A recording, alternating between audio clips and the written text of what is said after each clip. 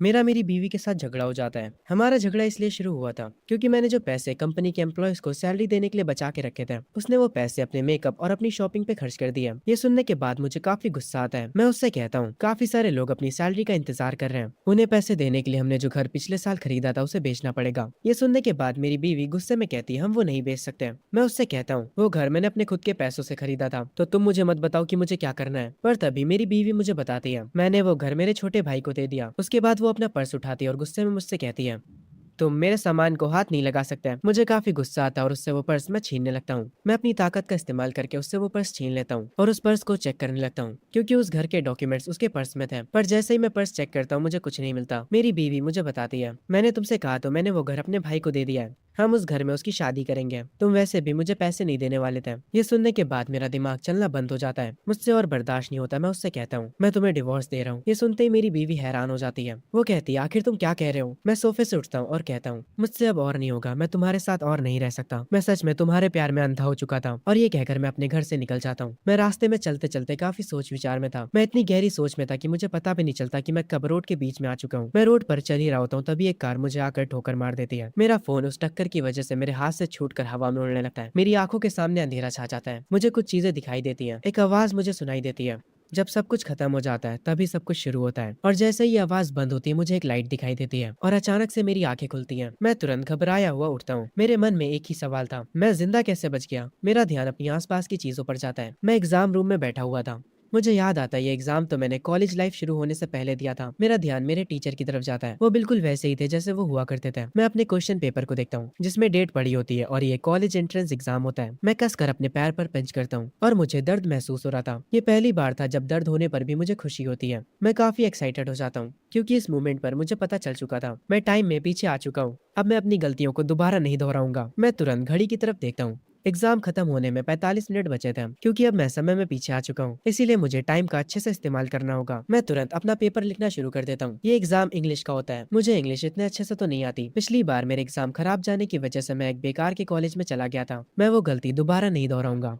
मैं question paper को अच्छे से देखने लगता हूँ क्योंकि मेरे पास मेरी पिछली जिंदगी की मेमोरीज है, इसीलिए मैं याद करने की कोशिश करने लगता हूँ कि सही आंसर्स कौन से हैं। मैं अपने दिमाग पर काफी ज्यादा जोर डालता हूँ और धीरे धीरे करके मुझे सारे आंसर सही याद आने लगते हैं। मैं हर एक आंसर को सही लिखना शुरू कर देता हूँ। मैं अपने मन में सोचे जा रहा था मुझे यकीन नहीं हो रहा कि मुझे सारे आंसर याद आ गए। शायद से भगवान ने मुझे एक और मौका दिया है। मैं तुरंत अपना एग्जाम लिखना शुरू कर देता हूँ बिना किसी देरी के। टीचर सारे लोगों पर ध्यान दे रहे होते हैं ताकि कोई चीटिंग ना कर सके। मेरा पेपर कुछ देर में हो जाता है। मैं अपने मन में सोच रहा होता हूँ इस बार मैंने पूरा पेपर सही करा है, अब मुझे उस बेकार के कॉलेज में नहीं जाना पड़ेगा। पूरा पेपर करने के बाद मैं बैठकर आराम करने लगता हूँ। तभी एग्जाम की जो बेल होती है वो बज जाती है, यानी एग्जाम खत्म हो चुका है। मैं तुरंत एग्जाम रूम से बाहर आता हूँ और हॉल में चलते हुए सोच रहा होता हूँ इस बार मुझे फ्यूचर में क्या बनना चाहिए। मैं गया जो कि पिछली जिंदगी में मेरी बीवी थी, मैं इस बार उसे अपनी जिंदगी खराब करने नहीं दूंगा। मेरा नाम है शुयान और मैं टाइम में पीछे आ चुका हूँ। मेरे चेहरे पर एक अजीब सी मुस्कान होती है मानो जैसे मैं बहुत ही ज्यादा खुश हूँ। जब मैं स्कूल से निकलकर आगे जा रहा होता हूँ तभी पीछे से कोई मुझे आवाज देता है अरे ओए शुयान मेरे लिए तो रुको।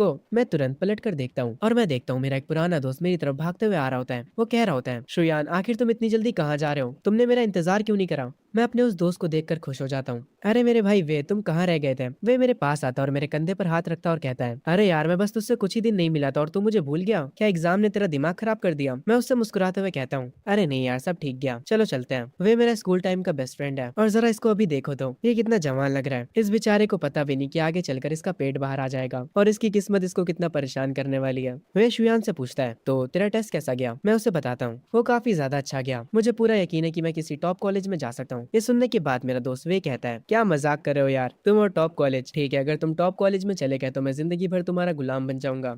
ये सुनने के बाद मैं कहता हूँ ठीक है फिर तो तैयार हो जाओ मेरे गुलाम बनने के लिए। ये सुनने के बाद वे हैरान हो जाता है और वो कहता है यार तुम तो काफी कॉन्फिडेंट लग रहे हो। उसके बाद वे मेरे पास भागते हुए आता है और मुझसे कहता है चल आजा दूसरे स्कूल के भी चक्कर लगा लेते हैं। मैं उससे कहता हूँ पर क्यों। वे कहता है क्यों से तेरा क्या मतलब है, मैं गया को देखने और क्या, तुम हर टेस्ट देने के बाद उसे देखने नहीं जाते थे उसके स्कूल में, क्या तुम ये भी भूल चुके हो। मैंगियाओ का नाम सुनकर मुझे थोड़ा सा गुस्सा आ जाता है और मैं कहता हूँ नहीं मुझे उसे देखने नहीं जाना। और ये कहने के बाद मैं जल्दी जल्दी आगे जाने लगता हूँ। वे पीछे से आते हुए कह रहा होता है हे इतनी तेज भी मत भागो। वो मुझे रोक कर कहता है यार मैंगियाओ तो तेरी 3 सालों की क्रश है, तुम हर सुबह उसके लिए ब्रेकफास्ट भी लेकर आते थे, वो भी 3 सालों तक लगातार, तो अचानक से तुम्हें क्या हो गया है। ये सुनने के बाद मैं वे से कहता हूँ नहीं मुझे कुछ नहीं हुआ है, मैं बस अपने घर जाना चाहता हूँ ताकि मैं अपने पेरेंट्स के साथ डिनर कर सकूँ। ये सुनने के बाद वे कहता है शुयान आज तुम काफी अजीब लग रहे हो, तुम्हें आखिर हुआ क्या है। मैं उससे कहता हूँ हाँ, मुझे भी लगता है कि मैं थोड़ा वियर्ड बन चुका हूँ। तभी मुझे किसी और पर्सन की आवाज़ आती है। मैं तुरंत उधर पलट कर देखता हूँ। तब मैं देखता हूँ मेरी आंखों के सामने मेरी मॉम खड़ी होती हैं। वो मुझे अपने पास बुलाती हैं। मैं वैसे कहता हूँ, आज के लिए बहुत हो गया भाई। चल कल रात नेट कैफे में मिलते हैं। मैं अभी जा रहा हूँ। ये कहकर मैं वहाँ से जाने लगता हूँ। वे पीछे से कह रहा होता है, यार ये बातों को कितनी जल्दी बदलता है। मैं अपने पेरेंट्स के पास भागते हुए चला जाता हूँ। मेरे मॉम एंड डैड दोनों मुझे लेने के लिए आए होते हैं। मैं उनके साथ कार में बैठ जाता हूँ। मेरी मॉम मुझसे टेस्ट के बारे में पूछती हैं। ये सुनने के बाद मेरे डैड जो कि कार को ड्राइव कर रहे होते हैं वो कहते हैं, हमने एग्री करा था कि हम उससे इस बारे में नहीं पूछेंगे, तुम उस पर प्रेशर मत डालो। मेरी मॉम ये सुनने के बाद कहती हैं, मुझे बस मेरे बेटे की चिंता है, ना कि आपके बिजनेस की। मैं आराम से कार में बैठा होता हूँ और मैं अपने मॉम डैड से कहता हूँ, आप लोग चिंता मत करिए, मैंने काफी अच्छा करा है। ये सुनने के बाद मेरी मॉम कहती है, क्या तुम सच कह रहे हो? मैं उनसे कहता हूँ, मेरे नंबर एवरेज से ज्यादा आएंगे, मेरे नंबर्स के साथ मैं टॉप यूनिवर्सिटी में भी जा सकता हूँ। ये सुनने के बाद मेरे डैड खुश हो जाते हैं और वो खुशी में कहते हैं, चलो चलते हैं, इसी बात पर कुछ खा कर आते हैं। मेरे बेटे, आज रात मैं तुम्हारे साथ ड्रिंक करूंगा। मेरी मॉम भी काफी खुश होती है और वो कहती है, मुझे पहले से पता था मेरा बेटा बहुत ही ज्यादा समझदार है। मैं अपने मन में सोच रहा होता हूँ, मेरी पिछली जिंदगी में मैंने बहुत सारी बेवकूफी करी थी, इसीलिए आप दोनों को बहुत सारी मुश्किलें उठानी पड़ी थी। मैं दोबारा वो सब गलतियां नहीं करूंगा। बाहर खाना खाने के बाद हम अपने घर पर वापस आ जाते हैं। मैं टॉवल से अपना चेहरा पोंछ रहा होता हूँ। मैं मिरर में खुद को देखने लगता हूँ। अपने मन में सोचता हूँ, मुझे काफी अच्छा लग रहा है क्योंकि मेरी बॉडी वापस से पहले जैसी हो गई है। मैं मिरर में खुद को देखकर काफी ज्यादा खुश हो जाता हूँ। मैं वॉशरूम की लाइट्स को टर्न ऑफ करता हूँ और अपने मन में सोच रहा होता हूँ, मैं क्या हो, तुम इतनी भी कुछ खास नहीं थी, पर पता नहीं क्यों मुझे तुमसे प्यार हो गया, क्योंकि उसने मुझे कभी मना नहीं करा था, इसीलिए मुझे लगा था कि वो मुझे पसंद करती थी। पर अब मुझे समझ आ रहा है कि वो बस मुझे बेवकूफ बना रही थी। मैं बस उसका बैकअप प्लान था। मैं अपने कमरे में जाकर एक चेयर पर बैठ जाता हूँ और अपने फोन को चेक करने लगता हूँ। मैं देखता हूँ मैंने मैंगियो का नाम बेबी करके सेव कर रखा था, जो कि मुझे अब काफी ज्यादा क्रिंज लगता है। मैं तुरंत सेवेड कॉन्टैक्ट्स में जाकर वो नाम हटा देता हूँ। तभी मुझे मैंगियो का मैसेज आता है, जो कि उस मैसेज में कह रही होती है, तुम आज मुझसे मिलने क्यों नहीं आए? मैं अपने मन में सोचता हूँ, फाइनली इस महारानी को रियलाइज हो गया कि मैंने इसका पीछा करना बंद कर दिया है। मैं मैंगियो का जवाब देते हुए कहता हूँ, मेरे पास टाइम नहीं था। हम मैंगियो को देखते हैं जो कि अपने घर पर बैठी होती है और वो ये मैसेज देखकर गुस्सा हो जाती है और वो कहती है, तुम कैसे बेवकूफ हो, अगर तुम ऐसे ही मुझसे बात करने वाले हो तो मैं तुमसे बात करना बंद कर दूंगी। ये कहकर मैंगियो अपना फोन रख देती है। मैं तुरंत उसका ये मैसेज देखता हूँ और रिप्लाई में कहता हूँ, मुझे कोई दिक्कत नहीं है। उसके बाद मैं भी अपना फोन रख देता हूँ और जाकर विंडोज की तरफ खड़ा हो जाता हूँ। मैं अपने आप से कह रहा होता हूँ, कॉलेज एंट्रेंस एग्जाम सिर्फ मेरा पहला स्टेप है। इन दिनों सिर्फ डिग्री से कुछ नहीं होता। काश मुझे लॉटरी के नंबर्स याद आ जाए। ई कॉमर्स भी काफी बढ़िया चीज है। मैं यूट्यूबर बनकर वीडियोस भी बना सकता हूँ और लाइव स्ट्रीम भी कर सकता हूँ, पर वो सब अभी से करना काफी जल्दी हो जाएगा। अभी 2040 चल रहा है। ओह, मुझे याद आया, एक स्टॉक काफी ज्यादा फटा था 2014 से लेकर 2015 तक। हाँ, मुझे सही चीज याद आई, स्टॉक मार्केट। वो स्टॉक्स 2000 पॉइंट्स से बढ़कर 5000 पॉइंट्स तक पहुंच गए थे। अगर कोई गधा भी वो स्टॉक्स खरीद लेता है तो वो बहुत अमीर बन जाएगा। पर स्टॉक को खरीदने के लिए मुझे पैसे चाहिए होंगे। मुझे किसी भी तरह पैसों का जुगाड़ करना होगा। मैं अपने कमरे से बाहर निकलता हूँ और मैं देखता हूँ मेरी मॉम हॉल में सोफे पर बैठकर किताब पढ़ रही होती हैं। मैं तुरंत उनके पास जाता हूँ और जमीन पर बैठ जाता हूँ और उन्हें मस्का लगाते हुए कहता हूँ, मेरी प्यारी और अच्छी मदर, मेरी बात सुनिए, क्या मैं आपसे किसी चीज के बारे में बात कर सकता हूँ? मेरी मॉम कंफ्यूज हो जाती है और वो कहती है, तुम्हें किस बारे में बात करनी है?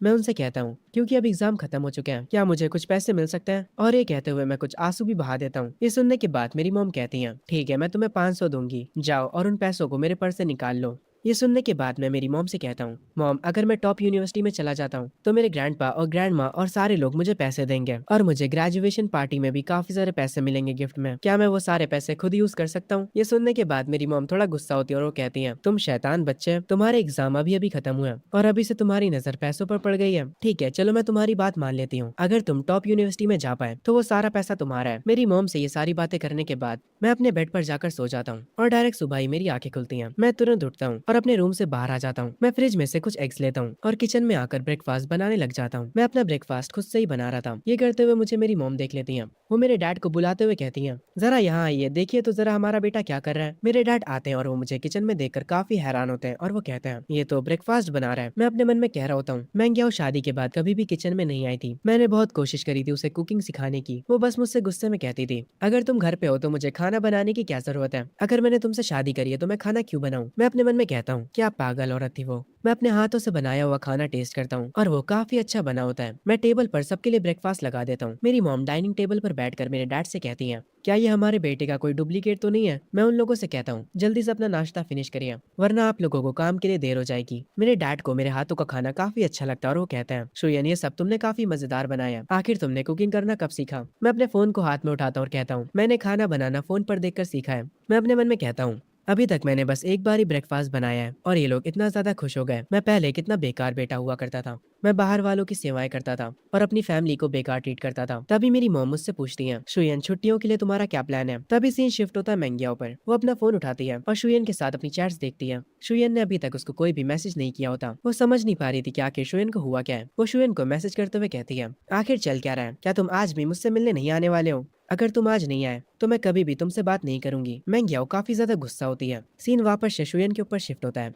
शुयन अपना फोन चला रहा होता है और वो कहता है, मैं इस बार अपनी लाइफ को एंजॉय करूंगा। वो अपने दोस्तों से बात कर रहा होता है और उनसे कहता है, ठीक है, मैं तुमसे वहीं पर मिलूंगा जहाँ पर मैं तुमसे हमेशा मिलता हूँ। सीन वापस से मेंगियाओ के ऊपर शिफ्ट होता है। वो घर पर लेटी टीवी देख रही होती है। फिर वो अपना फोन उठाती है और अपनी एक दोस्त को कॉल करती है और उसे बताती है, पता नहीं शुयन के साथ क्या हुआ है। पहले वो मुझे हर दिन गुड नाइट और गुड मॉर्निंग के टेक्स्ट भेजा करता था, पर कल से तो उसने मेरा रिप्लाई भी नहीं किया है। वो मुझे नखरे दिखा रहा है। मेंगियाओ की दोस्त कहती है, उसे इग्नोर करो और फिर वो भागता भागता खुद तुम्हारे पास आ जाएगा। जब उसे पता चलेगा कि तुम्हें इग्नोर करके उसे कुछ नहीं मिलने वाला तो वो तुम्हें और ज्यादा स्पॉइल करेगा। मेंगियाओ कहती है, इन ट्रिक्स का यूज करके वो मेरी अटेंशन लेना चाहता है। मैं कुछ ज्यादा ही स्मार्ट हूँ उसके इस छोटे से गेम में फंसने के लिए। तभी सीन शिफ्ट होता हमारे एमसी और उसके दोस्त वे के ऊपर। वे काफी हैरानी में कहता है, आखिर तुझे आज हुआ क्या है? तुम पार्ट टाइम जॉब स्टार्ट कर रहे हो? मैं उससे कहता हूँ, तुम्हें क्या लगता है हम पढ़ाई क्यों करते हैं? वे जवाब में कहता है, हम पढ़ाई एक अच्छे कॉलेज में जाने के लिए करते हैं ताकि हम एक अच्छी यूनिवर्सिटी में जा सकें। मैं वे से कहता हूँ, तुम एक अच्छे कॉलेज क्यों जाना चाहते हो? वे कहता है, ताकि हमें एक अच्छी जॉब मिल सके। मैं उससे कहता हूँ, तुम्हें जॉब क्यों करनी है?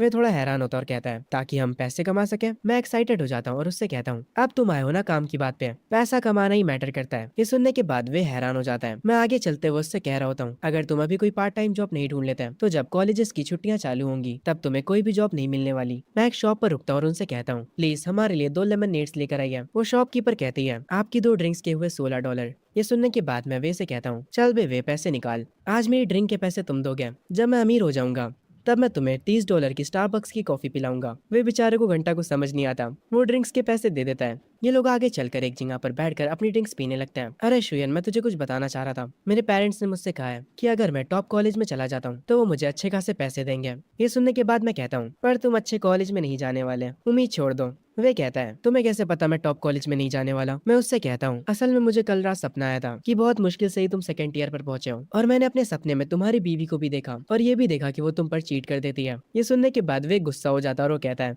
अबे तेरी तो तू क्या बात कर रहा है? तू अब अपने दोस्त को श्राप देगा? ये सुनने के बाद मैं हंसता हूँ और कहता हूँ, अरे ठीक है यार, कोई ना होता है, चलो उस जगह पर भी चलते हैं। मैं अपने हाथ को पॉइंट आउट करता हूँ एक मीट म्यूजिक पब की तरफ। वे कहता है, नहीं यार मैं नहीं जाऊंगा, मैं बहुत ज्यादा थका हुआ हूँ। मैं मुस्कुराते हुए उससे कहता हूँ, ठीक है, अगर तुम्हें नहीं जाना तो तुम मत जाओ, मैं तो जा रहा हूँ। उसके बाद मैं उस शॉप में आ जाता हूँ। मैं उनसे पूछता हूँ, हाय, क्या आप समर वर्कर्स को हायर कर रहे हैं? एक एम्प्लॉय टेबल को क्लीन करते हुए कहती है, हमारे बॉस अभी पीछे वाले रूम में, आप थोड़ा इंतजार करिए। ये कहकर वो एम्प्लॉय बॉस को बुलाने चली जाती है। तभी मेरे पीछे से कोई बोलता और कहता है, हे हैंडसम, जरा इधर देखो। मैं जब उधर पलट कर देखता हूँ तो वो एक लड़की होती है जो कि काफी सुंदर दिख रही होती है। वो मुझसे कहती है, क्या तुम जॉब ढूंढ रहे हो? मैं उस लड़की से कहता हूँ, हाँ, मैं इस समर के लिए जॉब ढूंढ रहा हूँ। मैंने कुछ टाइम पहले अपने कॉलेज एंट्रेंस एग्जाम को फिनिश करा है, इसीलिए अब मैं फ्री हूँ। वो लड़की सोफे पर बैठ जाती है और कहती है, क्या तुम्हारे पास कोई स्किल्स है? मैं उससे कहता हूँ, हाँ, मेरी स्किल्स काफी ज्यादा है। ये सुनकर वो लड़की हंसती है और मुझसे कहती है, ठीक है, मैं अब तुमसे मजाक करना बंद करती हूँ, तुम खड़े क्यों हो, तुम भी बैठ जाओ। मैं सोफे पर बैठ जाता हूँ। वो लड़की कहती है, हमारी शिफ्ट 5 बजे से लेकर 11 बजे तक है, सैलरी 2800 से ज्यादा होगी और अगर तुम कोई भी छुट्टी नहीं करते हो तो 150 एक्स्ट्रा मिलेंगे। ये ऑफर कैसा है? ये सुनने के बाद मैं अपने मन में सोचने लग जाता हूँ, इस हिसाब से मुझे हर दिन 6 घंटे काम करना पड़ेगा। ये जॉब बाकी की जॉब से इजी है और सैलरी भी काफी ज्यादा है। मैं बिना देर करे उस लड़की से कहता हूँ, मुझे कोई दिक्कत नहीं है, तो मैं काम कब से शुरू कर सकता हूँ? वो लड़की मुझसे कहती है, तुम आज से ही काम स्टार्ट कर सकते हो। मैं ये सुनकर थोड़ा हैरान होता हूँ और उस लड़की से कहता हूँ, क्या मैं कल से नहीं शुरू कर सकता? असल में मुझे पहले अपनी फैमिली से बात करनी होगी। वो लड़की कहती है, ठीक है, कोई बात नहीं। मैं उस लड़की को अपना नाम बताता हूँ और उससे कहता हूँ, आपका नाम क्या है बॉस लेडी? वो कहती है, मेरा नाम पे यूवी है। मैं उस शॉप से निकलते हुए कहता हूँ, तो मैं आपसे कल मिलता हूँ मिस यूवी। जब हमारा एमसी यहाँ से जा रहा था तब वो लड़की यानी यूवी अपने मन में कह रही होती है, एक्चुअली हमारे पास लोगों की कमी नहीं है, पर इस जैसे लड़के का यहाँ होना काफी मजेदार होगा। मैं तुरंत अपने दोस्त वे के पास जाता हूँ और उससे कहता हूँ, मुझे नौकरी मिल गई, चलो अब यहाँ से चलते हैं। वे ये सुनने के बाद काफी हैरान होता है और वो कहता है, तूने क्या कहा? क्या जॉब पाना इतना ईजी होता है? मैं उससे कहता हूँ, और क्या, तुमने मौका गवा दिया। जो वहाँ की ओनर है वो काफी ज्यादा हॉट है, वो काफी ज्यादा सुंदर है और उसकी आवाज काफी प्यारी है। उसके बाल बहुत लंबे हैं और वो खुद भी काफी लंबी है। ये सुनने के बाद वी कहता है, अरे यार मुझे भी उससे मिलवाओ। ये सुनने के बाद मैं कहता हूँ, हाँ हाँ, सपने मत देखो,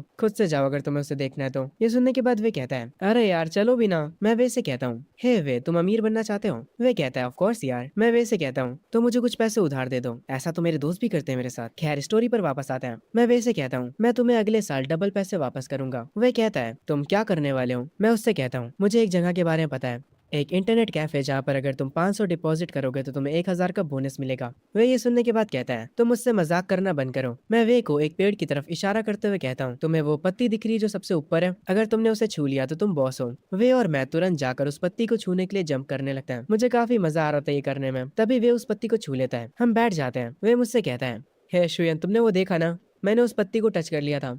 हम दोनों ही घास पर बैठकर हंसने लगते हैं। तभी मैं वे से कहता हूँ, वे, तुम काफी लकी हो क्योंकि मैं तुम्हारा दोस्त हूँ इस लाइफ में। अगर मैं कभी अमीर बनता हूँ तो तुम भी मेरे साथ हो गया। ये सुनने के बाद वे कहता है, वो तो हमारा फ्यूचर ही बताएगा। सीन शिफ्ट होता है मेरे घर पर। मैं अपने मॉम एंड डैड के साथ बैठा होता हूँ और उन्हें अपनी जॉब के बारे में बता देता हूँ। ये सुनने के बाद मेरी मॉम कहती है, नहीं, तुमने अभी कॉलेज एग्जाम फिनिश करा है तो तुम अभी से ही काम क्यों करना चाहते हो? तुम आराम से बस घर पर मजे करो। मैं मेरी मॉम से कहता हूँ, मॉम, मुझे बस 2 महीनों के लिए काम करना है और उसके बाद जो पैसे मैं कमाऊंगा उससे मैं ट्रैवल करूंगा। ये सुनने के बाद मेरी मॉम कहती है, तुम कहाँ ट्रैवल करना चाहते हो और उसके लिए तुम्हें कितने पैसे चाहिए? वो पैसे मैं तुम्हें दूंगी। मैं अपना सर पकड़ लेता हूँ। मॉम को बनाना कितना मुश्किल है। मैं अपने डैड को आवाज देता हूँ ताकि वो इस मैटर के बीच आ सके। मेरे डैड मेरी बात इशारों से ही समझ जाते हैं। वो मॉम से कहते हैं, शुयान अब बड़ा हो चुका है, काम करने से उसे एक्सपीरियंस मिलेगा, इसीलिए ज्यादा चिंता करना बंद करो। ये सुनने के बाद मॉम कहती है, तो अब तुम दोनों आपस में मिल गए हो? वो गुस्सा हो जाती है। मैं मॉम से कहता हूँ, मॉम रिलैक्स हो जाइए, अगर डैड और आपकी फाइट होती है तो मैं आपकी साइड लूंगा। ये सुनने के बाद डैड कहते हैं, अरे तुम कितने पलटू आदमी हो यार, मैं यहाँ पर तुम्हारे लिए बात कर रहा हूँ और तुम मेरे ही खिलाफ चले गए। इस फैमिली मूवमेंट में सब हंसने लगते हैं। तभी शुयन को उसके दोस्त का मैसेज आता है। उस मैसेज में लिखा होता है, क्या तुमने ग्रुप चैट चेक करी? 2 दिनों बाद क्लास के सारे लोग मिल रहे हैं, हम वहाँ पर कैरियोके जाएंगे और साथ में डिनर भी करेंगे। शुयन अपने दोस्त से कहता है, मैं अभी बिजी हूँ, तुम पार्टी के लिए भी बिजी हो? मैंग्याओ भी वहाँ पर आएगी?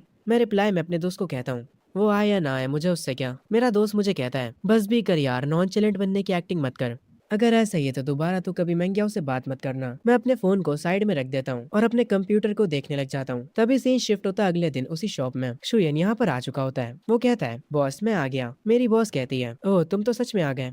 इस जमाने के बच्चे कोई काम को ज्यादा दिनों तक नहीं करते हैं। मैं ये सुनने के बाद उनसे कहता हूँ, मैं हमेशा अपने प्रोमिसेस निभाता हूँ। ये सुनने के बाद मेरी बॉस स्माइल करती है और मुझसे कहती है, तुम्हारा काम सिंपल है, बस कुछ ड्रिंक्स को सर्व करना और बाकी साफ सफाई करना। जाओ और पहले जाकर यूनिफॉर्म पहन लो। बॉस के ये कहने के बाद मैं चेंजिंग रूम में आ जाता हूँ और काम पर की यूनिफॉर्म पहन लेता हूँ। मैं बाहर निकलता हूँ और सारी चीजों को सेट करना शुरू कर देता हूँ। मैं देखता हूँ यहाँ पर बहुत सारे कस्टमर्स आए होते हैं। 2 लड़कियां ड्रिंक्स कर रही होती हैं और एक कपल भी आया होता है। तभी मेरी बॉस मुझसे पूछती है, शुयान तुम्हारी कोई गर्लफ्रेंड है? मैं उनसे कहता हूँ, नहीं मेरी कोई गर्लफ्रेंड नहीं है। उस कपल को देखते हुए मैं अपने मन में सोचता हूँ, पहले मेरा प्यार सिर्फ और सिर्फ मैंग्याओ के लिए हुआ करता था, मैं किसी और पर ध्यान भी नहीं देता था। मेरी बॉस मुझसे कहती है, पर तुम तो बहुत हैंडसम हो, क्या स्कूल में लड़कियां तुम्हारे पीछे नहीं पड़ी थी? मुझे पक्का पता है तुम्हारे पीछे बहुत सी लड़कियां पागल होंगी, इसीलिए मुझसे झूठ मत बोलो। मैं ये सुनने के बाद बॉस से कहता हूँ, अरे कसम से मेरी कोई गर्लफ्रेंड नहीं है। अगर मैं सच बोलूँ तो मुझे नहीं लगता किसी को डेट करना कोई अच्छी चीज होती है। ये सुनने के बाद मेरी बॉस कहती है, तुम्हें डेटिंग करना पसंद नहीं है तो फिर तुम्हें क्या करना पसंद है? मैं मेरी बॉस से कहता हूँ, मुझे पैसे पसंद है, और मैं हंसने लगता हूँ। ये सुनने के बाद मेरी बॉस कहती है, तुम सच में कितने बड़े पागल हो पैसों के पीछे, जबकि अभी तुम बस एक हाई स्कूलर हो। तभी यहाँ पर एक पर्सन आता है जिसके पास गिटार होता है। वो तुरंत माइक की ओर जाता है और परफॉर्म करना शुरू कर देता है। एक एम्प्लॉय बॉस से कहती है,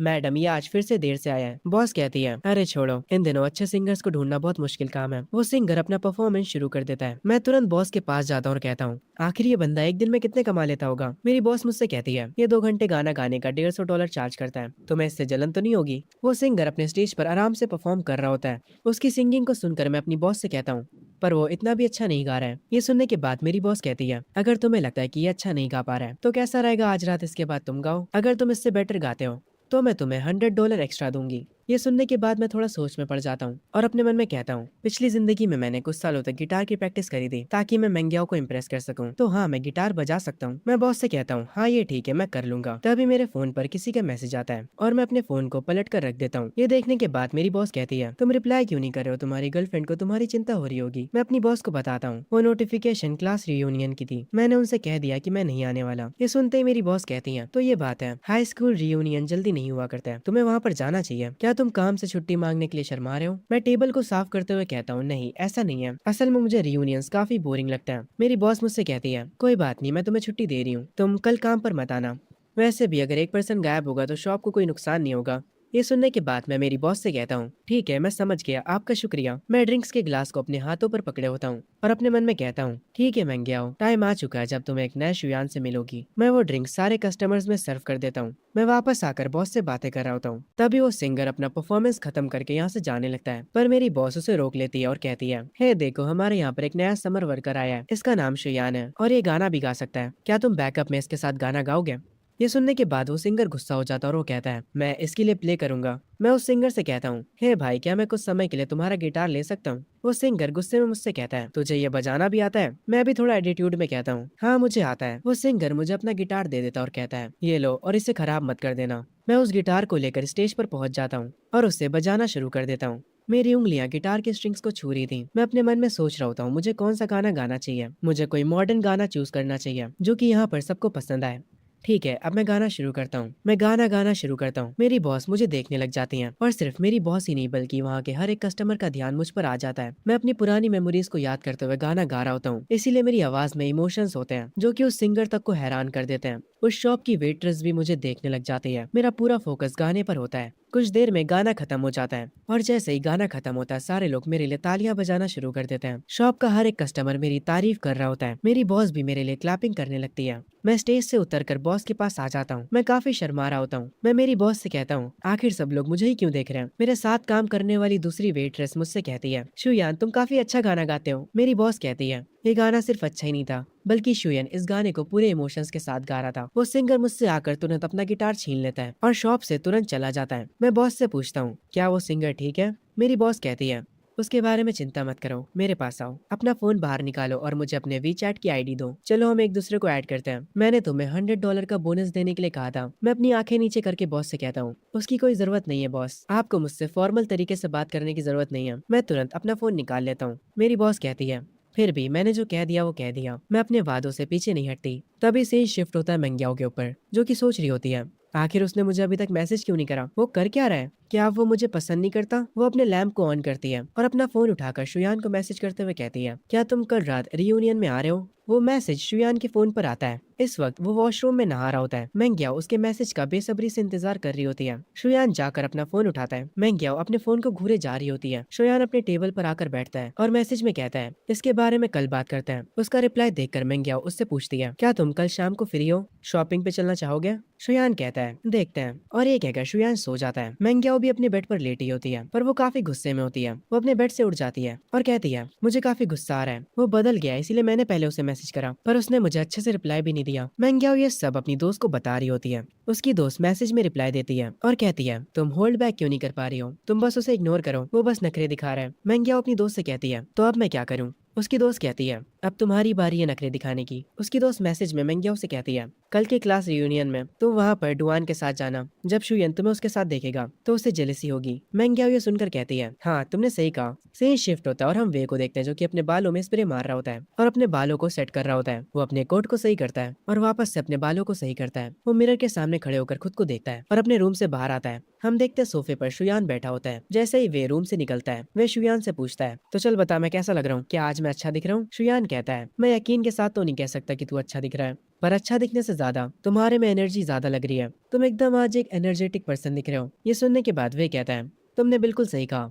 वे भी जाकर सोफे पर बैठ जाता है। शुयन अपना फोन चला रहा होता है। वे उससे कहता है, आखिर तुम फोन में क्या कर रहे हो? क्या तुम किसी लड़की से बात कर रहे हो? पर जैसे ही वे फोन में झांक कर देखता है वो हैरान हो जाता है और कहता है, तुम प्रैक्टिस टेस्ट को सॉल्व कर रहे हो? क्या तुम पागल हो गए हो?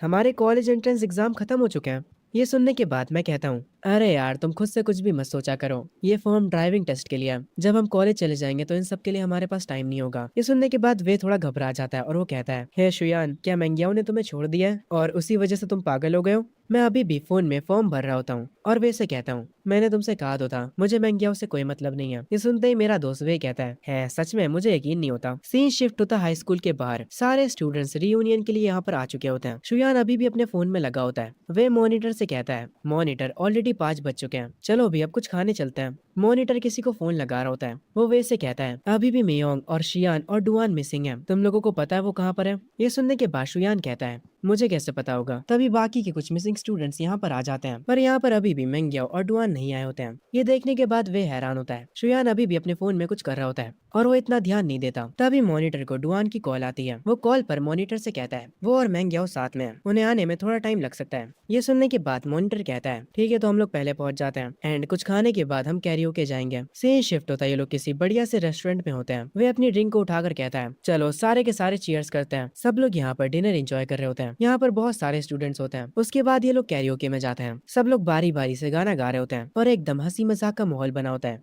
तभी वे इस बीच शोएन के पास आता है और वो शोएन से कहता है आखिर तुम बूढ़े आदमियों जैसे बैठकर यहाँ पर क्या कर रहे हो, चलो भी हमारे साथ गाना गाओ। शोयान ये सुनने के बाद कहता है मैं बस थोड़ी देर और यहाँ पर हूँ, उसके बाद मैं चला जाऊंगा। वह शोयान के पास वाली सीट पर बैठ जाता है और उससे कहता है मेंग्याओ भी अभी तक नहीं आई है। तभी एक बंदा दरवाजा खोलकर अंदर आता और कहता है लिंजिया बाहर किसी से बहस कर रहा है, ऐसा लगता है जल्दी ही लड़ाई होने वाली है। मॉनिटर तुरंत उठता है और कहता है चलो चलते हैं, देखते हैं वहाँ पर क्या हो रहा है। वे भी बाहर जाने लगता है। वो शोयन से कहता है ओए तू क्या कर रहा है वहाँ पर बैठा हुआ, जल्दी करो चलो नीचे। हम देखते हैं ये लिंजिया नाम का स्टूडेंट अपने से काफी बड़े बंदे से भिड़ रहा होता है। वो मस्कुलर बंदा कहता है क्या बे छोटे तुझे जीने से प्यार नहीं है? यहाँ पर मॉनिटर आता है। वो कहता है अरे मेरे बड़े भाई उसने बहुत ज्यादा पी ली है, मैं उसकी तरफ से माफी मांगता हूँ। वो मस्कुलर बंदा कहता है अब तू कौन है चिरकुट, चला जा यहाँ से वरना पिट पिट जाएगा। हम देखते हैं असल में ये फाइट वॉशरूम में हो रही होती है। सारे लोग वॉशरूम के बाहर भीड़ लगा देते हैं। शोयान उस भीड़ में से होकर अंदर जाता है। शोयान यहाँ का नजारा देखकर अपने मन में कहता है लिंजिया कुछ ज्यादा ही बन रहा था, हल्का सा उसने ड्रिंक क्या कर लिया, उसे लगने लगा वो किसी से भी भिड़ सकता है। और ये मस्कुलर बंदा ये भी शराब के नशे में पागल हो चुका है। शोयान उनके बीच में जाता और कहता है अरे यार हमारे क्लासमेट से जरा सी गलती हो गई, असल में हमने कुछ टाइम पहले कॉलेज एंट्रेंस एग्जाम को फिनिश करा है, तो यार माफ कर दो हमें। वो मस्कुलर बंदा चिल्लाते हुए कहता है अब तू कौन है बे, मेरे रास्ते से हट जा। ये सुनने के बाद शोयान को भी गुस्सा आ जाता है और वो कहता है यार तुम अच्छे से बात नहीं कर सकते हो क्या, तुम क्या ये बात भूल रहे हो कि हम अभी तक स्टूडेंट्स हैं? अगर तुम सच में सीन को बढ़ाना चाहते हो तो मैं तुम्हें नहीं रोकूंगा। तुम्हें क्या लगता है जब पुलिस आएगी तो वो किसकी साइड लेगी, तुम्हारी या फिर हम स्टूडेंट्स की? जरा सोचो इसके बारे में। ये सुनने के बाद उस मस्कुलर बंदे को गुस्सा तो आता है, पर वो इतना जान चुका था कि शोयन सही कह रहा है। शोयन दोबारा से कहता है चलो भी भाई अब इस मामले को खत्म करते हैं। वो मस्कुलर बंदा कहता है ठीक है जाओ, तुम लोगों को माफ करा, मैं वैसे भी आज अच्छे मूड में हूँ, मुझे अपना टाइम खराब नहीं करना बच्चों के साथ बहस करके। शोयन मुस्कुराते हुए कहता है तुम्हारा शुक्रिया बड़े भाई, अपना ध्यान रखना। वो मस्कुलर बंदा वहाँ से चला जाता है। सब लोग वापस से कैरियोके में आ जाते हैं गाना गाने के लिए। दो लड़के व्हाइट शर्ट में बैठे होते हैं और वो लोग शोयन के बारे में बुरा भला कह रहे होते हैं। वो लोग कह रहे होते हैं शोयन एकदम डरपोक बंदा है। वे की नजर उन दोनों पर पड़ जाती है। दूसरा व्हाइट शर्ट वाला बंदा कहता है हाँ तुम बिल्कुल सही कह रहे हो, शोयन बिल्कुल फट्टू है। इनकी बातें सुनने के बाद वे को गुस्सा आ जाता है और वो कहता है जरा देखो तो कौन बातें कर रहा है, जब लफड़ा हुआ था तब तुम लोग तो भाग गए थे और अब तुम लोग यहाँ पर आकर अपना मुंह चला रहे हो, जबरदस्ती के टफ गए होने की एक्टिंग कर रहे हो। ये सुनने के बाद वो दोनों लड़के शर्मिंदा हो जाते हैं, पर शोएन इन सारी चीजों पर ध्यान नहीं देता। वे शोएन से कहता है यार वो लोग तुम्हारे बारे में बकवास कर रहे थे, पता नहीं वो लोग तुम्हें फट्टू क्यों कह रहे थे।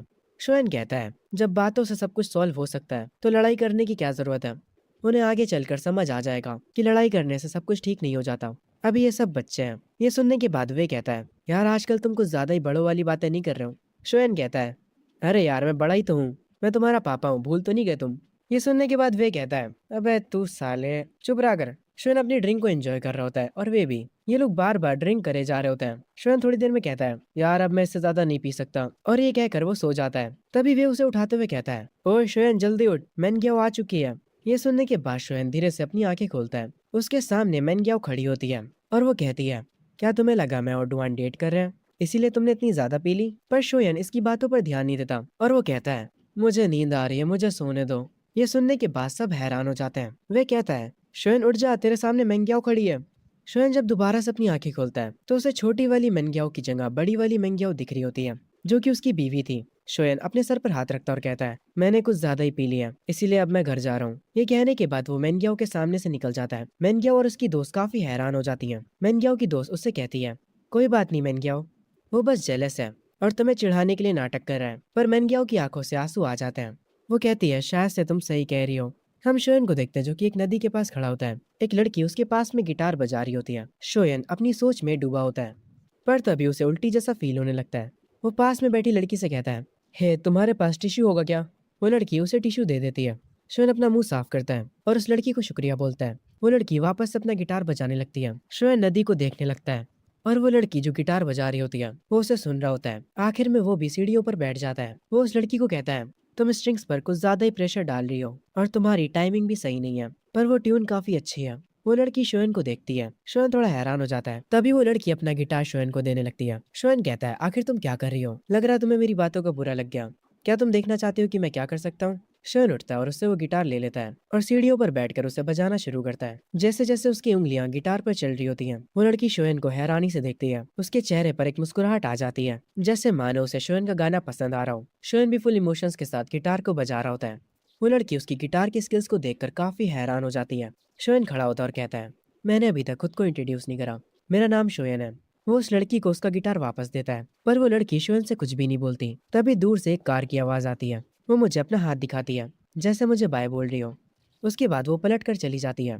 मैं भी उसे बाय बोलता हूँ और अपने मन में सोचता हूँ, ये लड़की कितनी प्यारी थी, पर उसने मुझसे कुछ बोला नहीं। शोएन को बुरा लगता है कि उस लड़की ने उसका जवाब नहीं दिया, पर वो देख नहीं पाता कि वो लड़की यहाँ से जाते वक्त स्माइल कर रही होती है। शोएन वापस से सोच में पड़ जाता है। तभी सीन शिफ्ट होता है अगली सुबह। वो अपने बेड पर सो रहा होता है। तभी उसके फोन पर मेनग्याओ का मैसेज आता है। उस मैसेज की आवाज से उसकी आंखें खुलती हैं। वो अपने बेड से उठता है और अपना फोन उठाकर उन मैसेजेस को देखता है। उन मैसेजेस में मेनग्याओ कह रही होती है, शोएन तुम्हें कोई गलतफहमी हुई है। मैं कल पूरा दिन अपनी दोस्त के साथ थी और मैं रास्ते में डुआन से टकरा गई थी। मैंने सुना एक नया आर्केड खुला है। क्या तुम आज शाम मेरे साथ जाना चाहोगे वहाँ? शोएन दूध पीते पीते उसके ये सारे मैसेजेस देख रहा होता है। शोएन उसके रिप्लाई में कहता है, तुम्हें ये सब मुझे एक्सप्लेन करने की जरूरत नहीं है और मैं आज शाम बिजी हूँ और मैं काफी समय तक बिजी ही रहने वाला हूँ। मैन ग्याओ अपने घर पर होती है। मैन ग्याओ अपने मन में सोचती है, क्या अब मैं इसे पसंद नहीं हूँ? इसके बाद शोएन का कोई भी जवाब नहीं आता। मैन ग्याओ की आंखों में आंसू आ जाते हैं। से शिफ्ट होता है शोएन की शॉप पर। वहाँ पर वो देखता है बॉस खुद से कुछ बॉक्सेस को उठा रही होती है। वो तुरंत भागते हुए उनके पास जाता है और उनसे कहता है,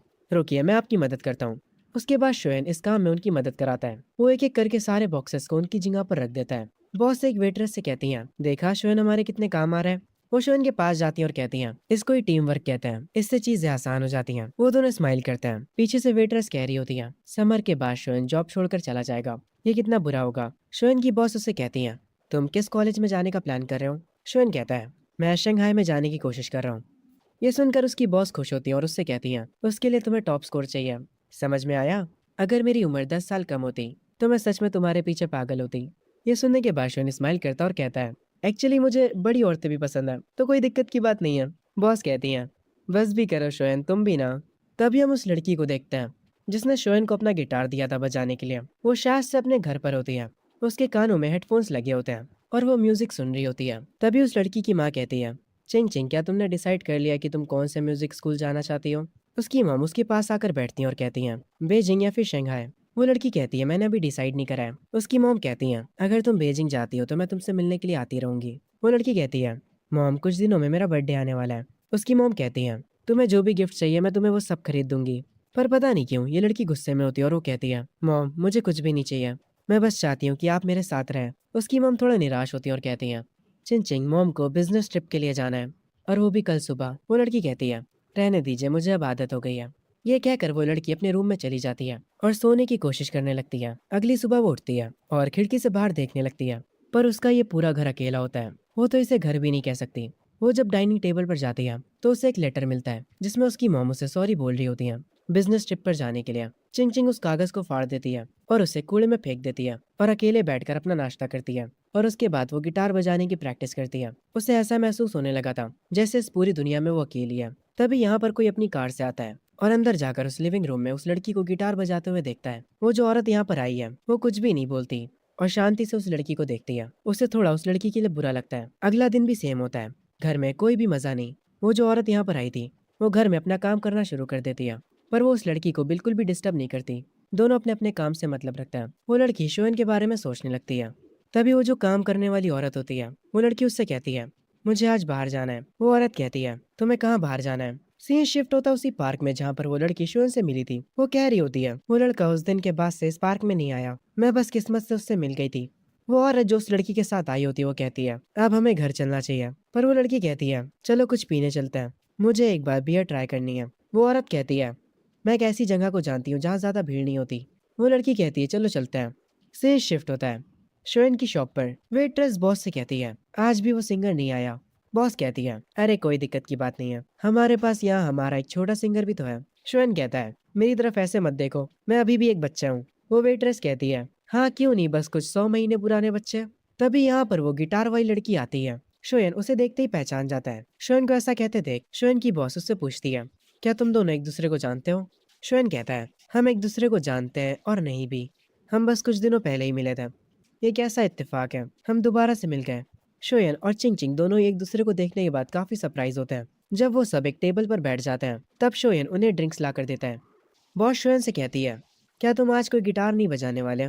चिंग चिंग इस बात पर अपना सिर हिलाती है, जैसे वो शोयन से कह रही हो कि गिटार बजाओ। शोयन कहता है, ठीक है आज मैं गिटार बजाऊंगा, बस मुझे देखते जाइए, और मैंने सुना है कि आज रात कैश प्राइजेस भी हैं। बॉस कहती है, चिंता मत करो, तुम्हें प्राइजेस जरूर मिलेंगे। ये सुनने के बाद वहां से चला जाता है गिटार बजाने के लिए। वो जाकर स्टेज पर बैठ जाता है, और जब वो गिटार बजा रहा था सारे लोग आपस में बातें कर रहे थे। चिंग चिंग अपना ग्लास उठाती है, वो ड्रिंक को लेकर काफी क्यूरियस होती है। वो एक छोटी सी सिप लेती है। वो अपने मन में सोचती है, आखिर लोगों को ये क्यों पसंद है, ये ड्रिंक बेकार है। चिंग चिंग को ऐसा देखकर वहाँ की बॉस कहती है, क्या हुआ, तुम्हें पसंद नहीं आया? चिंग चिंग अपना सर हिलाती है। बॉस कहती है, इसी को तो ड्रिंक कहते हैं, सबको ये शुरू में बेकार लगती है पर फिर बाद में अच्छी लगने लगती है। शोयन मस्त अपना स्टेज पर गाना गा रहा होता है। चिंग चिंग के साथ जो औरत आई होती है वो शोयन को देखकर अपने मन में कहती है, आखिर ये इस गाने को इतने इमोशंस के साथ कैसे गा पा रहा है, ये तो अभी काफी छोटा है। वो शोयन को देख रही होती है। गाना खत्म होते ही शोयन स्टेज से नीचे आता है। उसकी बॉस कहती है, तुम भी आओ हमारे साथ ड्रिंक करो, तुम्हारा ग्लास उधर रखा है। ये सुनने के बाद शोयन खुश हो जाता है, पर वो गलती से जाकर चिंग चिंग का ग्लास उठा लेता है और उसे पी भी लेता है और उसे एक ही बार में खत्म भी कर देता है। बॉस इसे देखकर काफी हैरान हो जाती है। वो एक ऑकवर्ड स्माइल करने लगती है। चिंग चिंग ब्लश करने लगती है, उसके गाल पूरे लाल हो जाते हैं। वो तुरंत उठकर वॉशरूम की तरफ जाने लगती है। वो जो औरत चिंग चिंग के साथ आई थी उसका नाम वोंग है। वोंग शोन को बताने ही जा रही होती है कि उसने अभी क्या करा है, पर वो सिचुएशन को देखकर रुक जाती है। बॉस शोन से कहती है, तुम्हें क्या लगता है वो लड़की कैसी है? वो काफी सुंदर है ना? शोन कहता है, हाँ वो काफी सुंदर है, मुझे बुरा लग रहा है कि वो बात नहीं कर सकती। ये सुनते ही वोंग कहती है, तुम क्या बात कर रहे हो, वो बस ज्यादा बोलती नहीं है, पर वो बोल सकती है। तभी चिंग चिंग वॉशरूम से आती है और वोंग से कहती है, चलो चलते हैं। उसकी आवाज सुनने के बाद शोन कहता है, इसकी तो आवाज भी प्यारी है। बॉस शोयन से कहती है, जाओ इन्हें बाहर तक छोड़ कर आओ। शोयन कहता है, मैं समझ गया। शोयन उन्हें उनकी कार तक छोड़ने जाता है। वो चिंग चिंग के लिए कार का गेट भी खोलता है। शोयन चिंग चिंग से कहता है, रात में बाहर मत निकला करो, ये थोड़ा डेंजरस होता है। चिंग चिंग कहती है, मुझे तो तुम डेंजरस लगते हो, क्या तुम अपनी बात कर रहे हो? अभी अंदर शॉप में तुम मुझे घूरे जा रहे थे, यहाँ तक कि तुमने मेरे ग्लास से ड्रिंक किया। शोयन थोड़ा निराश होता और कहता है, ठीक है मैं मान लेता हूँ कि मैं तुम्हें देख रहा था, पर मुझे नहीं पता था कि वो तुम्हारा ग्लास है। चिंग चिंग कुछ नहीं कहती और यहाँ से चली जाती है। शोयन पीछे खड़े उसकी कार को जाते हुए देख रहा होता है। तभी हम कार के अंदर का सीन देखते हैं। चिंग चिंग हंस रही होती है और कहती है, तुम कितने बेवकूफ हो, तुमने सच कितनी जल्दी बोल दिया। हम देखते हैं शोयन को काफी बुरा लगता है, पर वो कुछ बोल भी तो नहीं सकता था। वो वापस से शॉप के अंदर जाता है। उसकी बॉस उससे पूछती है, क्या तुमने उसकी वीचैट की आईडी ली? शोयन कहता है, यार उसके बारे में बात मत करो, वो पक्का मुझे ठरकी समझ रही होगी। बॉस कहती है, मैंने तुम्हें इतनी अच्छी अपॉर्चुनिटी दी थी फिर भी तुम कुछ नहीं कर पाए। शोयन कहता है, अरे यार कोई बात नहीं, वैसे भी मुझे ये सब नहीं करना है। ये सुनने के बाद उसकी बॉस हंसती है। सीन शिफ्ट होता है शोयन के घर पर। उसकी मॉम उससे पूछती है, तो आखिर तुम्हारी समर जॉब है क्या, तुम हर दिन घर देर से आते हो? शोयन कहता है, मैं बार में एक मेल मॉडल बन के काम कर रहा हूँ। ये सुनते ही उसके पेरेंट्स काफी हैरान हो जाते हैं। उसकी मॉम काफी गुस्सा होती है और कहती हैं, तुम्हें पढ़ाने के लिए मैंने इतनी मेहनत करी है और तुम एक ऐसी जॉब कर रहे हो, अब से मुझे मॉम मत कहना।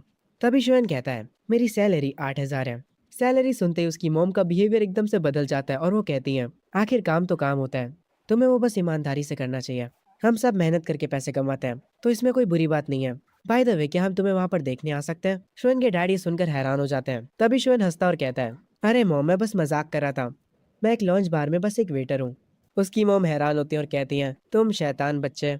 थोड़ी देर बाद शोयन अपने रूम में आ जाता है और वो अपने रूम में आकर ड्राइविंग लाइसेंस के लिए रिसर्च करने लगता है। वो अपनी ड्राइविंग का स्कोर देखता है जो कि 90 होता है। शोयन खुशी में उठता है और कहता है, मैं आज शाम को कुछ जरूरी काम निपटा लूंगा। सीन शिफ्ट होता है चिंग चिंग पर, जो कि अपने शूज के लेस बांध रही होती है। वो अपनी केयर टेकर मिस वोंग से कहती है, मैं कुछ समय के लिए बाहर जा रही हूँ। मिस वोंग उससे कहती है, और तुम कहाँ जा रही हो? चिंग चिंग कहती है, पहले तो मैं जाकर अपने डैड से मिलूंगी और उसके बाद कुछ चीजें खरीदने जाऊंगी। मिस वोंग कहती हैं, ठीक है मैं तुम्हारे साथ चलूंगी। क्या तुम्हारे डैड इस वीकेंड भी अपनी कंपनी में? चिंग चिंग कहती है, उन्हें वही होना चाहिए, वैसे भी वो घर से ज्यादा टाइम अपनी कंपनी में बिताता है। सीन शिफ्ट होता है चिंग चिंग के डैड के ऑफिस में और हम देखते हैं यहाँ पर चिंग चिंग आई होती है, पर उसके डैड ने उसे नोटिस भी नहीं करा होता। उसके डैड पीछे मुड़ते हैं और अपनी बेटी को देखते हैं। वो उससे कहते हैं, तुमने दरवाजे पर नॉक क्यों नहीं करा, और तुम यहाँ पर क्या कर रही हो? तुम्हारी माँ ने कहा कि तुम आर्ट स्कूल में स्टडी करना चाहती हो, पर मुझे लगता है कि तुम्हें अब्रॉड में स्टडी करना चाहिए। चिंग चिंग गुस्से में कहती है, आपको लगता है कि अगर मैं यहाँ रही तो मैं आपके दूसरी औरतों के साथ अफेयर के बीच में आ जाऊंगी। चिंग चिंग के डैड कहते हैं, मैंने तुमसे पहले ही कहा था बेटा, तुम्हारी मॉम और मैंने डिवोर्स ले लिया एक दूसरे से, काम की वजह से। वो सब छोड़ो, आज तुम्हें मुझसे क्या काम है? चिंग चिंग कहती है, आज रात आप फ्री हैं? चिंग चिंग के डैड कहते हैं, आज रात मेरी एक बहुत ही इंपॉर्टेंट मीटिंग है। चिंग चिंग कहती है, आप कभी फ्री भी होते हैं? और वो यहाँ से जाने लगती है, पर तभी उसके डैड उसका हाथ पकड़ लेते हैं। चिंग चिंग गुस्से में अपने हाथ को छुड़ाते हुए कहती है, मुझे टच मत करिए, आपके लिए मीटिंग ज्यादा जरूरी है मुझसे। आपको तो ये भी नहीं पता कि आज क्या है। और ये कहकर चिंग चिंग यहाँ से चली जाती है। उसके डैड सोचते हैं, आज कौन सा दिन है? वो अपने दिमाग पर जोर डालते हैं याद करने के लिए कि आज क्या है। और फाइनली उन्हें याद आ जाता है कि आज उनकी बेटी का बर्थडे है। वो तुरंत कहते हैं, अरे आज तो उसका बर्थडे था। तभी सीन शिफ्ट होता है, हम शोएन को देखते हैं जो कि बैंक आया होता है। वहाँ की एम्प्लॉय शोएन से कहती है, आपका सिक्योरिटी अकाउंट रेडी हो चुका है। और शोएन जिस बैंक में आया होता है वो बैंक और किसी का नहीं बल्कि चिंग चिंग के डैड का होता है। जब वो अपना काम कराकर यहाँ से जा रहा होता है तभी सीढ़ियों से भागते हुए नीचे चिंग चिंग आ रही होती है।